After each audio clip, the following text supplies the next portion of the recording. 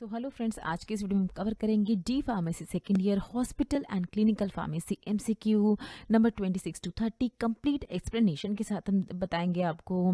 तो देखिए, यहाँ जो कंप्लीट एक्सप्लेनेशन हम आपको बोलते हैं उसमें जो भी आपको समझाया जाता है, देखिए उससे भी क्वेश्चंस बन सकते हैं, तो एक्सप्लेनेशन पे आप ज़रूर ध्यान दिया करें। बहुत सारे क्वेश्चंस उन्हीं एक्सप्लेनेशन से ही बन जाते हैं।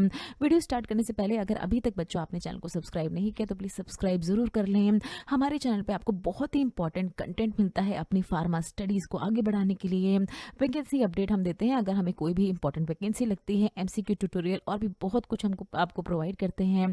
तो प्लीज़ सपोर्ट ज़रूर दिखाएं हमारे चैनल को सब्सक्राइब करके। चलिए शुरू करते हैं अपना आज का सेशन। सबसे फर्स्ट क्वेश्चन डिस्कस करें हम अपने आज की इस वीडियो का। पूछा है आपसे, इसमें से कौन सा नहीं है एक तरह का फैक्टर जो कि अफेक्ट करता है ड्रग के एब्जॉर्प्शन को।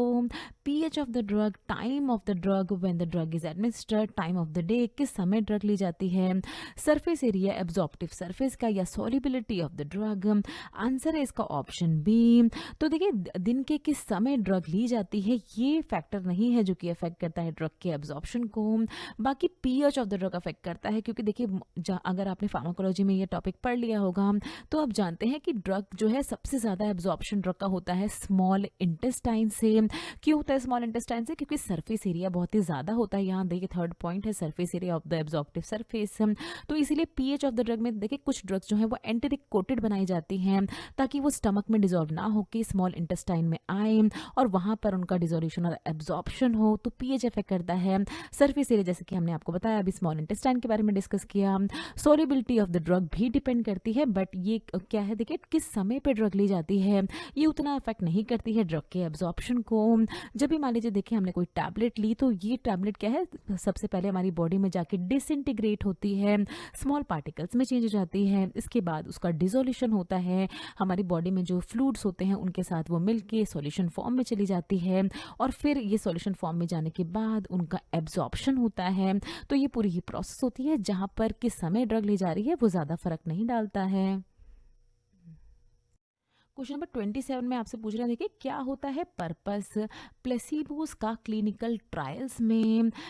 ये प्लेसिबोस क्या होते हैं ये अभी अच्छे से डिस्कस करेंगे। पहले देखिए इसका आंसर देख लेते हैं। ट्रायल्स को मोर एक्साइटिंग बनाने के लिए पार्टिसिपेंट्स के लिए इसका पर्पस होता है। एडवर्स इफेक्ट के रिस्क को रिड्यूस करने के लिए जो कि एक्टिव ड्रग से हो सकते थे। क्लिनिकल ट्रायल प्रोसेस को मोर ईजियर आसान बनाने के लिए यह ये एक्ट करता है क्लिनिकल ट्रायल्स में। प्लेसिबोस एक्ट करता है एज अ कंट्रोल ग्रुप, और कंट्रोल ग्रुप किसके कंपैरिजन में? With the group receiving active medication. तो देखिए आंसर है इसका option D. As a control group की तरह प्लेसिबोस को यूज किया जाता है क्लिनिकल ट्रायल में। सबसे पहले देखिए प्लेसिबोस होते क्या हैं। ये एक तरह की देखिए फेक ट्रीटमेंट, यहाँ पर आप देख रहे हैं एक वर्ड फेक ट्रीटमेंट। ये जो प्लेसिबोस होते हैं देखिए इनमें अपना कुछ भी थेरेप्यूटिक इफेक्ट नहीं होता है, किसी भी बीमारी को ठीक करने की इसमें कोई भी ताकत ऐसी नहीं होती है, केमिकल कॉम्पोजिशन नहीं होता है। बट देखिए एक तरह की मीठी गोलियां आप कह सकते हैं दे दी जाती हैं पेशेंट को। बट साइकोलॉजिकल इफेक्ट ये किस तरह से कॉज करता है, क्योंकि देखिए कुछ लोग जो होते हैं जो कि डिप्रेशन का शिकार होते हैं या ओल्ड एज पर्सन जो होते हैं उनको ऐसा लगता है कि कोई दवाई जब वो खाएंगे तभी उनको आराम मिलेगा।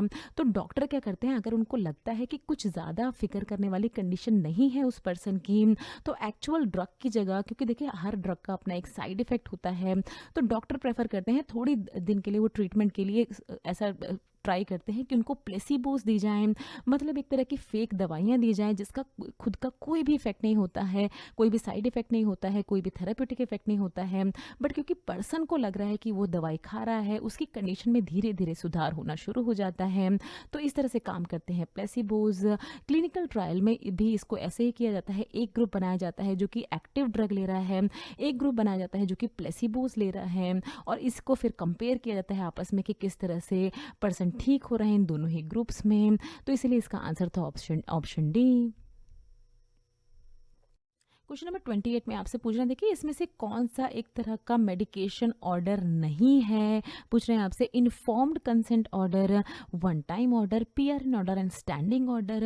आंसर है इसका option A, inform consent order. आप अपनी स्क्रीन पे देख रहे हैं, ये क्या है, ये एक तरह का मेडिकेशन ऑर्डर नहीं है। क्या होता है, देखिए इन्फॉर्म कंसेंट ऑर्डर आपने देखा ही होगा कि कोई मेडिकल प्रोसीजर अगर डॉक्टर परफॉर्म करने जा रहे हैं, उससे पहले इस तरह का कंसेंट साइन कराते हैं कि हर तरह के मेडिकल प्रोसीजर की कुछ डिसएडवांटेज भी हो जाती हैं, कभी कभी कुछ मिस हैपनिंग भी हो जाती है। तो इसी तरह से ये साइन करवा लिया जाता है पेशेंट से या उनके जो केयर टेकर होते हैं उनसे कि हम रिस्पॉन्सिबल नहीं है किसी भी तरह की मिस हैपनिंग के लिए, अगर वो हमारे हाथ में नहीं है। तो ये बहुत सारे सीरियल्स में आपने देखा होगा, बहुत सारी जगह आपने सुना होगा। तो ये होता है इन्फॉर्म कंसेंट ऑर्डर, यहाँ पर आपको यही मेंशन किया है। अब देखिए नेक्स्ट स्लाइड पे ये सारे ही ऑर्डर्स आपको बताते हैं क्या क्या होते हैं, one time order, PRN order and standing order. देखिए ध्यान से सुनना है आपको, इस पे से बहुत सारे क्वेश्चन आपसे पूछे जाते हैं। तो देखिए मेडिकेशन ऑर्डर में सबसे पहला आता है one time order. One time order आपने सुना होगा, स्टैट ऑर्डर के नाम से भी आता है। इसमें जो मेडिकेशन है उसको एडमिनिस्टर करना होता है सिर्फ एक बार, ओनली वंस।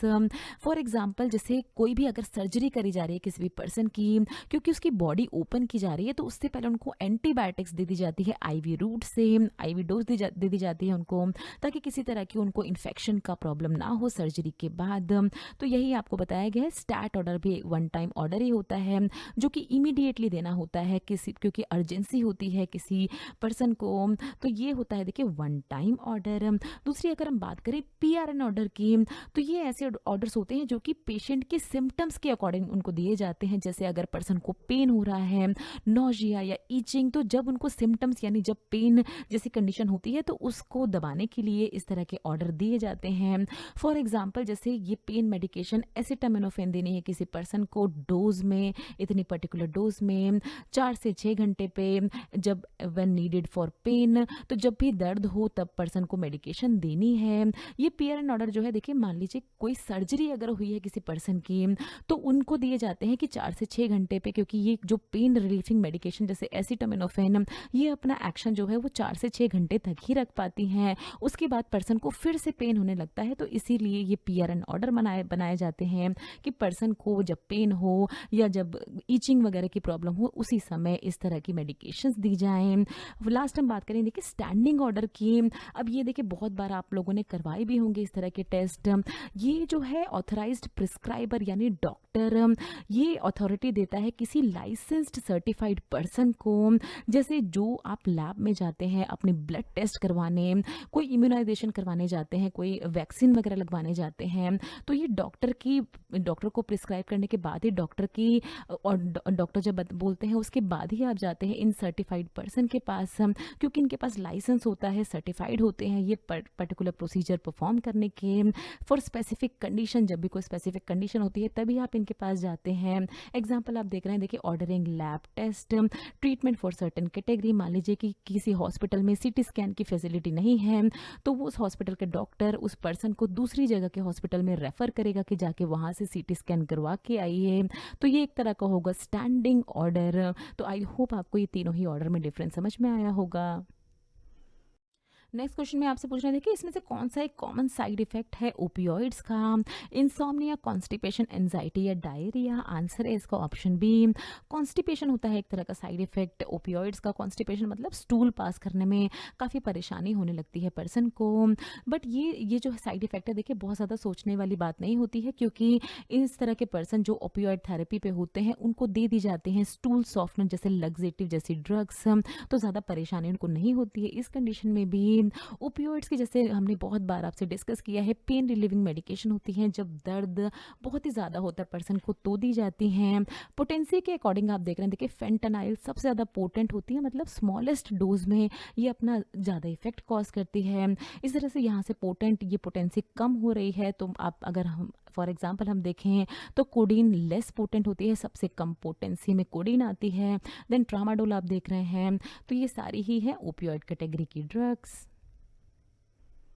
क्वेश्चन नंबर 30 में आपसे पूछ रहे हैं, देखिए कितने दिनों में, क्या टाइम लिमिट है जिसमें सबमिट की जाती है रिपोर्ट किसी एडवर्स ड्रग रिएक्शन की? किसको सबमिट की जाती है? Drug controller general of India DCGI को। 5 डेज, 15 डेज, 10 डेज या 30 डेज? तो आंसर है इसका 30 डेज, ऑप्शन डी।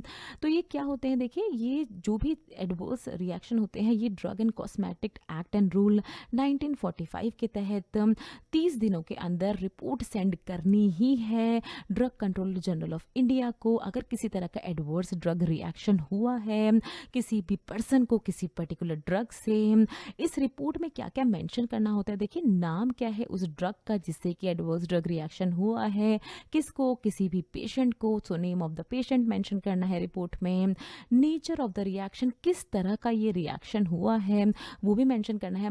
मान लीजिए कि अगर पर्सन को बहुत ज़्यादा इचीनेस हो गई है, बॉडी पे बहुत ज़्यादा खुजली हो गई है, बहुत ज़्यादा रेडनेस आ गई है, अनकॉन्शियस हो गया है, तो जिस भी तरह का रिएक्शन हुआ है वो मेंशन करना है। एंड द एक्शन टेकन, जो भी प्रिस्क्राइबर था, जो भी डॉक्टर था, उसने क्या एक्शन लिया उस एडवर्स ड्रग रिएक्शन को कंट्रोल में लाने के लिए। तो ये सब कुछ ही मेंशन करना होता है इस रिपोर्ट पे, और विद इन 30 डेज ये रिपोर्ट सबमिट करनी होती है drug controller general of India को। So thanks for watching. Next video में हम कवर करेंगे कुछ इसी तरह के बहुत ही इंपॉर्टेंट क्वेश्चन जो आपको आने वाले सारे ही आपके एग्जाम्स में बेनिफिट करेंगे। सो फ्रेंड्स, अगर वीडियो अच्छी लगे तो वीडियो को लाइक ज़रूर करें, चैनल को सब्सक्राइब ज़रूर किया करें। हर कंटेंट आप तक पहुंचाने में हमें बहुत मेहनत करनी पड़ती है, तो प्लीज़ सपोर्ट ज़रूर दिखाएं चैनल को सब्सक्राइब करके।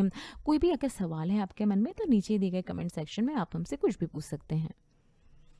ये कुछ हमारे रिलेटेड वीडियोस के लिंक हैं जिन पे क्लिक करके आप उनको देख सकते हैं। दोस्तों, लर्निंग फार्मेसी पे आने के लिए और ये वीडियो देखने के लिए आपका बहुत बहुत शुक्रिया। मिलते हैं अगले वीडियो में।